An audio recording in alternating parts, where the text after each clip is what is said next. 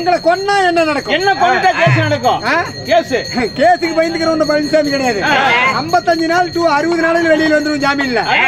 ஆமா, போன புதுசுல 2 வருஷத்துக்கு முன்னாடி தேவையில்லாத கேஸ்ல ஒண்ணு அங்க போட்டாங்க, சேலம் சென்ட்ரல் ஜெயில்ல.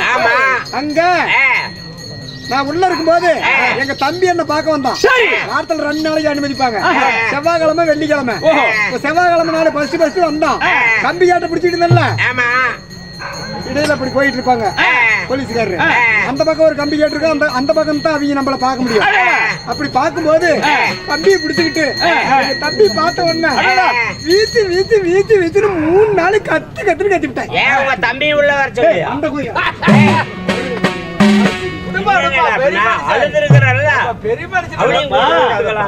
உள்ள போனதுல இருந்து அழுவாதால தம்பி பார்த்தோன்னே சோறு இமிட்டு சோறு சாப்பிடுவேன். செயல்ல போனா இமிட்டு சோறு தான் போடுறாங்க. சோறு பத்தல்றா தம்பின்னு தானங்க கத்துன்னு கத்திவிட்டேன். பழனிசாமி போகலையே கடிச்சோறு கட்டு போறது